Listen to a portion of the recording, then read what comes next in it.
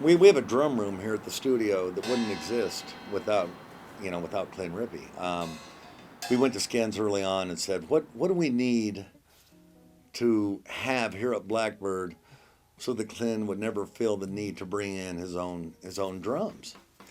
And Skins went back to Clinn, and I'm not sure how it all transpired, but he came back with a list, and on that list there were, round drums were one of the requirements. I didn't really know much about this Clinn Rippy guy, but I've gotten into vintage cymbals, and I bought a whole load that had CR on them on eBay, and I thought they were real ones that he'd used, and turns out it stands for Crash Ride.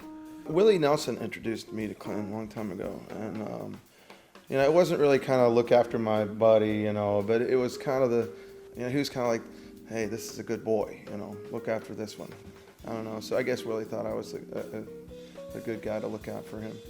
And of course, like everybody else in New York City, I was aware of Clinn Rippy's work from the time he started playing at the age of around 3 and a half. He used to hang out at the Lubavitcher synagogue and practice drumming with the old rabbis there. It was extraordinary, prodigious talent. He's got a really deep window into his soul. I've looked into it. He's so committed to greatness and not compromising what it is he's trying to do that oftentimes he will pioneer something new that ends up getting adapted by the masses and then becomes the industry standard. Do you know the way they say there's a fine line between genius and craziness? I'm not sure that line even exists for him. He's in a box, and there is no box. I don't think it's Clinn's intentionally trying to set any trends or anything like that. I have noticed a lot of rabbit parks popping up. People definitely want to feel close to Clinn in some way, and maybe buying a rabbit is how they're doing it. I don't know. And Clinn is like a note.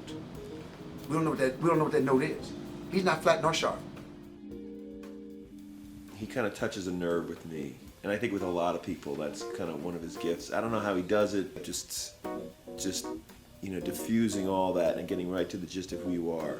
It was not uncommon to see people sobbing. And it was also not uncommon to see people become mute after the show and not talk to anybody or not say anything. And it was also common for people to jump up and sing nursery rhymes. I mean, anything could happen. And I've actually seen Clinn in one of those same scenarios walk by a group of girls, and I've seen people just break into tears. I've seen little kids just start crying, and grown men, just cry and don't know why. After seeing Clinn, I decided that that's what I was going to attain. I was going to play beautiful music. I was going to be that guy. I will never forget how much I cried listening to cymbals. Clinn, you changed my life. I know there were times that Paul would come in the studio and try to play like Clinn. And I didn't want to hurt his feelings, but I said, Paul, if you can just be Paul Lime to the best of your ability, we'll be happy.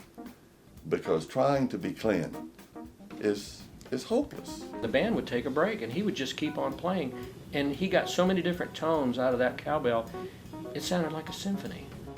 He all of a sudden shows up. I'll never forget it. The spotlight comes down in the center stage, and he just walks down stage. And man, he had all different types of props and things on stage, so you never knew what was going to happen. Well, I think the thing that did it for me was the way the mic placement. I mean, the fact that the mics were on those big, long cables, and just kind of the pendulum effect where the mic would actually be moving through the air.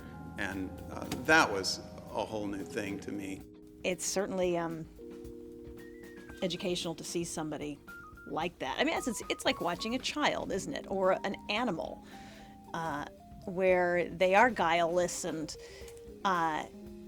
and spontaneous, except that he also possesses this incredible, beautiful talent. Listening to Clinn Rippy's amazing music, particularly his aquatic records, that changed my career path, and I decided to get into music.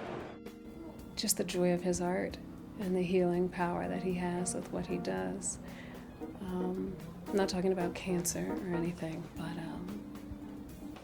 people tend to leave him feeling healed.